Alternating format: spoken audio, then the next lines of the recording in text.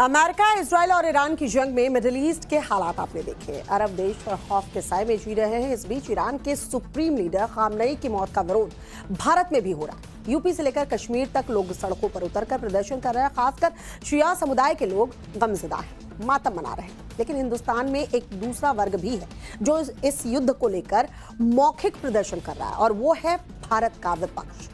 मोदी विरोधियों की परेशानी है कि नरेंद्र मोदी ने खामनेई की मौत पर संवेदना क्यों व्यक्त नहीं की। इसे लेकर कांग्रेस समेत विपक्षी पार्टियों को विश्व गुरु कायरता, डरपोक से लेकर नैतिकता तक सब कुछ याद आ गया। अब सवाल है, जिस युद्ध को लेकर भारत का कोई सीधा संबंध है ही नहीं, उसे लेकर विरोधी मोदी से इतने गुस्से में आखिरकार क्यों है?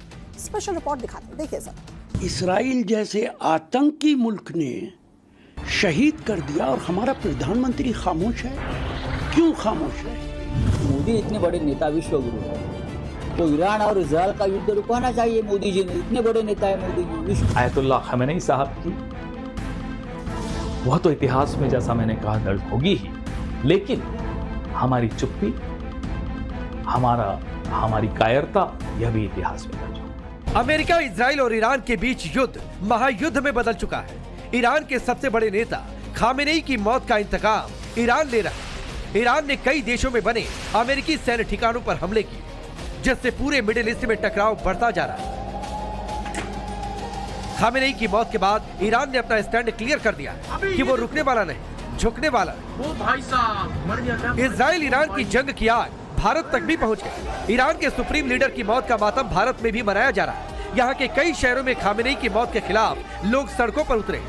दिल्ली, लखनऊ, श्रीनगर और कश्मीर में शिया समुदाय के लोग सड़कों पर शोक मनाने उतरे। जम्मू कश्मीर में आज कई जगह लोग खामेनेई की तस्वीर हाथों में लेकर सड़कों पर उतरे। इजराइल अमेरिका के खिलाफ नारेबाजी की, खामेनेई जिंदाबाद के नारे लगाए। ईरानियन की हिमायत में, रहबर मुअज़्ज़म की हिमायत में, उनको जो ब्रूटली मर्डर किया कल, उनको जो मार्टियरडम उनको शहादत हुई, हम इसराइल के खिलाफ एहतजाज करने निकले हैं ताकि जो मजलूमों की हिमायत करे उनके खिलाफ ऐसा एक्शन ना लिया जाए, और जो भी उनके साथ है वो भी इस जुल्म में, इस मार्टियरडम में, इस एयर स्ट्राइक में बराबर के हिस्सेदार है। इससे एक दिन पहले कश्मीर के पुलवामा और श्रीनगर में शिया बहुल इलाकों में लोग काले झंडे और बैनर लेकर सड़कों पर निकल पड़े और इजराइल अमेरिका विरोधी नारे लगाने लगे। कश्मीर में प्रदर्शन की वजह यह है कि खामेनेई को फिलिस्तीन समर्थक नेता के तौर पर जाना जाता था। इसके अलावा शिया समुदाय के लोग खामेनेई से काफी हमदर्दी रखते थे। कश्मीर के शिया मुसलमानों में खामेनेई की काफी लोकप्रियता थी और इसीलिए लोग उनकी मौत का मातम मनाने सड़कों पर उतर पड़े। महिलाओं ने ट्रंप और नेतन्याहू के खिलाफ नाराजगी जताई। उत्तर प्रदेश की राजधानी लखनऊ में भी शिया मुसलमानों की संख्या काफी है। यहाँ भी लोगों ने सड़कों पर उतरकर प्रदर्शन किए। लोगों ने इजराइल और अमेरिका के खिलाफ नारेबाजी की। अपने खामेनेई रहबर को, जिनको धोखे से मारा गया, जिनकी नस्लों में गद्दारी है, जिनकी नस्लों में धोखेबाजी है, उन्होंने धोखे से मारा मेरे खामेनेई को। खामेनेई मेरा शेर था, शेर, और कल भी शेर था, आज भी शेर है, क़यामत तक शेर रहेगा। एक खामेनेई मरेगा, 1000 खामेनेई ऊपर। हम माँ ने बेटे जने हैं कुर्बानियां देने के लिए। लानत है अमेरिका और इसराइल पर, लानत बेशुमार। ये यजीदी हैं, ये गद्दार हैं, ये धोखेबाज हैं, इनसे कभी वफा नहीं हो सकती है। इनकी नस्लें गद्दार हैं, धोखेबाज हैं। आयतुल्लाह खामेनेई की मौत पर लखनऊ में शिया समुदाय के लोग 3 दिन का शोक मना रहे हैं। इस दौरान अपने प्रतिष्ठान बंद रखकर खामेनेई को श्रद्धांजलि अर्पित कर रहे हैं। हम लानत करते हैं अमेरिका, इसराइल पे। जियो के रहबर को मारा टुकड़ों में करके, वो शेर था, हिम्मती अकेले मारा होता सामने आके। जालिमा यजीदो, तुम पे लानत, लानत हो इसराइल के जालिमो यजीदो। हिम्मती अकेले सामने आके, ये कल भी अली की पुष्ट पे वार करने वाले थे, आज भी धोखे से मारा मेरे शेर को। औकात नहीं थी कि जंग के मैदान में आते। विदेशी मसले पर देश की सड़कों पर मच रहे इस बवाल को देखते हुए केंद्रीय गृह मंत्रालय ने सभी राज्यों और केंद्र शासित प्रदेशों को अलर्ट जारी किया। कानून व्यवस्था चाक चौबंद रखने के निर्देश दिए। अपनी चिट्ठी में गृह मंत्रालय ने लिखा है कि ईरान के पक्ष या विपक्ष में होने वाले किसी भी तरह के विरोध प्रदर्शन पर स्थानीय प्रशासन और पुलिस की पैनी नजर होनी चाहिए। पुलिस को स्पष्ट निर्देश है, किसी भी हाल में कानून व्यवस्था नहीं बिगड़नी चाहिए। ये प्रशासन की सर्वोच्च प्राथमिकता है। प्रदर्शनों की आड़ में असामाजिक तत्व या संगठित गिरोह कोई बड़ी साजिश रच सकते हैं। इसे नाकाम करने के लिए लोकल इंटेलिजेंस को पूरी तरह से अलर्ट पर रखा जाए। भड़काऊ भाषण, आपत्तिजनक पोस्ट या अफवाह फैलाकर दंगा भड़काने वालों को तुरंत पकड़ा जाए। डिजिटल प्लेटफॉर्म्स की 24 घंटे निगरानी की जाए। सरकार ने साफ किया है कि उपद्रवियों से सख्ती से निपटा जाएगा। इस बीच लगातार प्रदर्शन को देखते हुए जम्मू कश्मीर के कई इलाकों में इंटरनेट सेवाओं पर रोक लगा दी गई। स्कूलों को भी फिलहाल बंद रखा गया है। यूपी में भी सरकार ने हाई अलर्ट जारी किया है। एक तरफ खामेनेई की मौत पर भारत में प्रदर्शन हो रहे हैं, तो दूसरी तरफ इसी के बहाने मोदी विरोधी पार्टियां सियासत कर रही हैं। ईरान इजराइल युद्ध में खामेनेई की मौत के बाद विरोधी पार्टियां मोदी सरकार पर सवाल उठा रही। खामेनेई की मौत पर प्रधानमंत्री की चुप्पी पर कांग्रेस सवाल उठा रही और प्रधानमंत्री को कायर बता रही। एक ऐसा नेता जिसकी फॉलोइंग पूरी दुनिया के अंदर है, उसको इस्राइल जैसे आतंकी मुल्क ने शहीद कर दिया और हमारा प्रधानमंत्री खामोश है। क्यों खामोश है? क्या मदरलैंड का प्रधानमंत्री फादरलैंड के खिलाफ बोल नहीं सकता है? इस्राइल को वो फादरलैंड मानते हैं, इसलिए शायद वो ईरान की हिमायत में खड़े नहीं हो सकते। हिंदुस्तान की सरकार, प्रधानमंत्री, विदेश मंत्री एक शब्द इजराइल और अमेरिका की निंदा में आपने नहीं सुना इनके मुंह से। भारत हमेशा एक मॉरल लीडरशिप देता था विश्व को।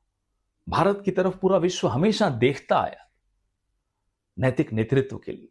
वो मॉरल लीडरशिप, वो मॉरल कंपस अब हमारा खत्म हो गया। जो शहादत हुई आयतुल्लाह खमेनी साहब की, वह तो इतिहास में जैसा मैंने कहा दर्ज होगी ही, लेकिन हमारी चुप्पी, हमारी कायरता, यह भी इतिहास में दर्ज होगी।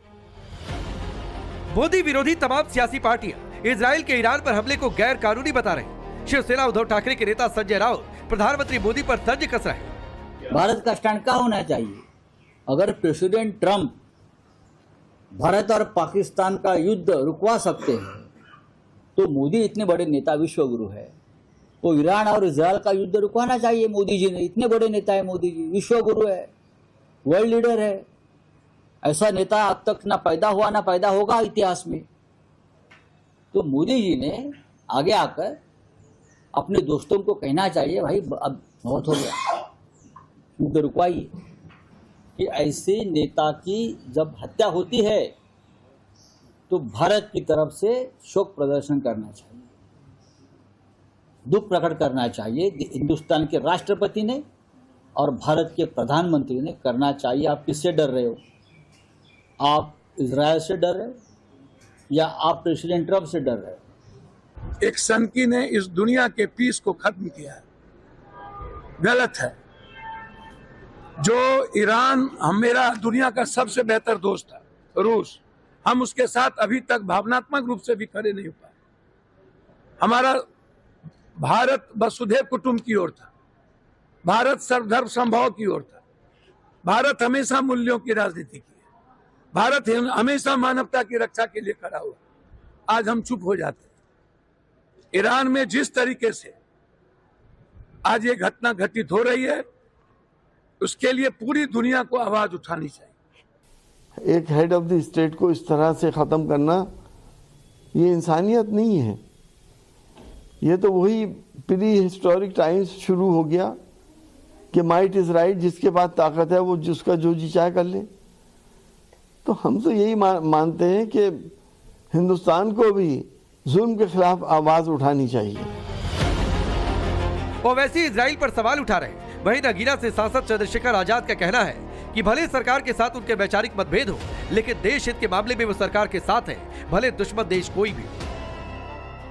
मैं उम्मीद करता हूं कि हमारी गवर्नमेंट ऑफ इंडिया खामनेई की मौत की मजम्मत करेगी और अगर ये जंग नहीं रुकेगी, जो एक इलीगल है और कोई खतरा नहीं था किसी को, सिर्फ दबाना चाह रहे थे और जुल्म कर रहे हैं इस तरह वहां पर हमला करके, और इसके जो नताइज निकलेंगे वो बुरे निकलने वाले हैं। ये भारत है, हमारी सरकार से वैचारिक विरोध है, उनकी नीतियों का विरोध है, लेकिन अगर हम देशभक्त इतने, अगर देश की मिट्टी पे आंच आई या किसी को किसी भी राष्ट्र को गलतफहमी हो, चाहे चाइना हो, चाहे वो पाकिस्तान हो, चाहे वो अमेरिका हो या इजराइल हो, अगर किसी को गलतफहमी हो कि वो हमारी मिट्टी या हमारे लोग की तरफ आंख उठा देगा, तो हम ऐसी ईंट से ईंट बजाएंगे कि लोग याद रखेंगे।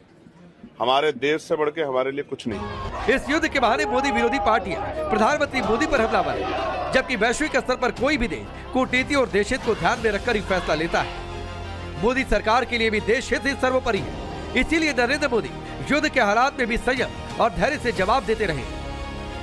फिलहाल मोदी सरकार की प्रायोरिटी युद्ध क्षेत्र में फंसे भारतीयों की वतन वापसी है, जिसको लेकर प्रधानमंत्री मोदी ने अपने मंत्रियों के साथ सीसीएस की मीटिंग भी की। Bureau report, times now Bharat.